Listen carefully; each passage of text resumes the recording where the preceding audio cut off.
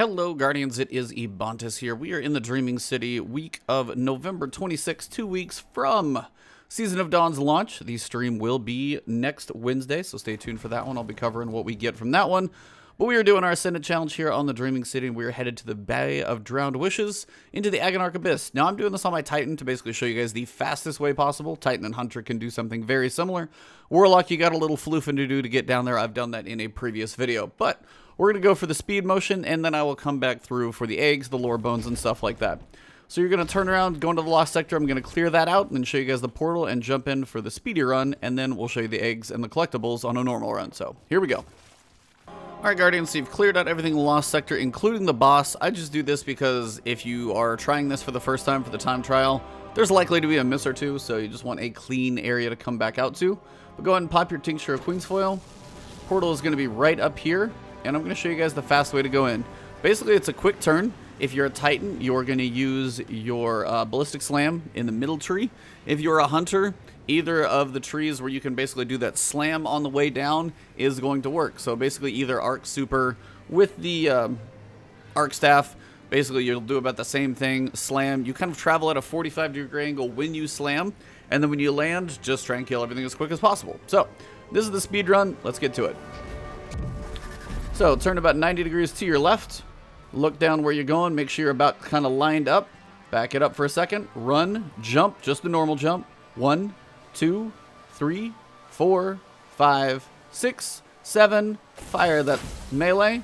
Should be traveling down. Should probably land just about right on top. About 7 seconds is usually safe. Puts you right on the top, and then you can get down below. That's a pretty accurate center shot, but you know, roughly 7 seconds.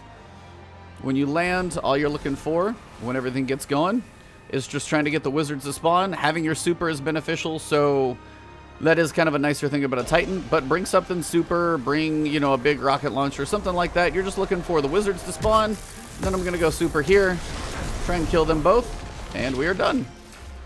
Kill it fast enough, no enemies will spawn. Open up your chest. That will definitely satisfy your time trial requirements. Ascendant Challenge bounty is checked. Go find your portal and run outside. So once this is done, then I'll show you guys the normal run, so back out to the beginning. Alright, so we're back outside in the same spot. Now a normal run as we work our way through each one of the jumps.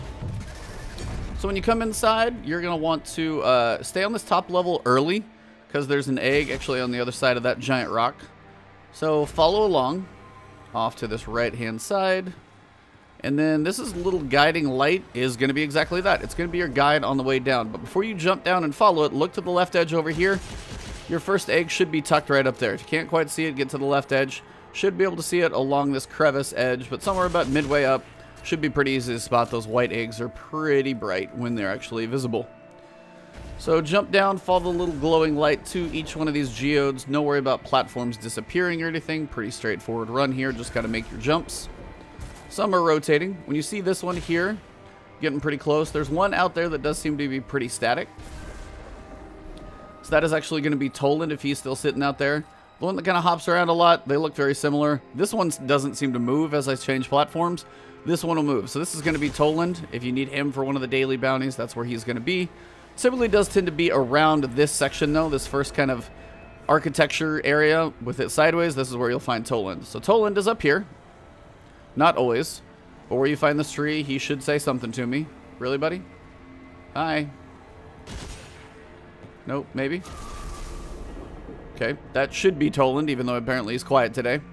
Lore bones are right up here behind this tree. Lore bones should be right here on the ground. If you need those, grab those. So we're one egg and one lore bones down.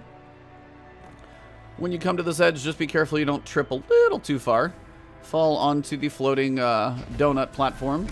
When you get here, the second egg should literally be right on top of the head. Right up here. So the big statue with the hand and the orb. Egg should be right on top of the head. Again, always shooting those, not in the head. Pretty much just executed that statue, but right up here. That is where you're going to find the second egg. And again, those always have to be shot with the Wish Ender Bow, which is a quest from the Shattered Throne dungeon.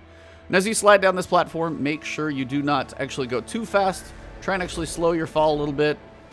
I can't tell you how many times I've slid down that not paying attention and just basically smashed into this edge over here and died. Now, this is where it gets interesting. You're going to have a couple sets of rotating platforms. As soon as you jump to one, you're probably safe to jump to the next one, so kind of planning your jumps accordingly. Again, this is not a speed run, so take your time. Wait for the big flat surface to roll over. This is kind of the underside, as you can usually tell. It's a smaller chunk.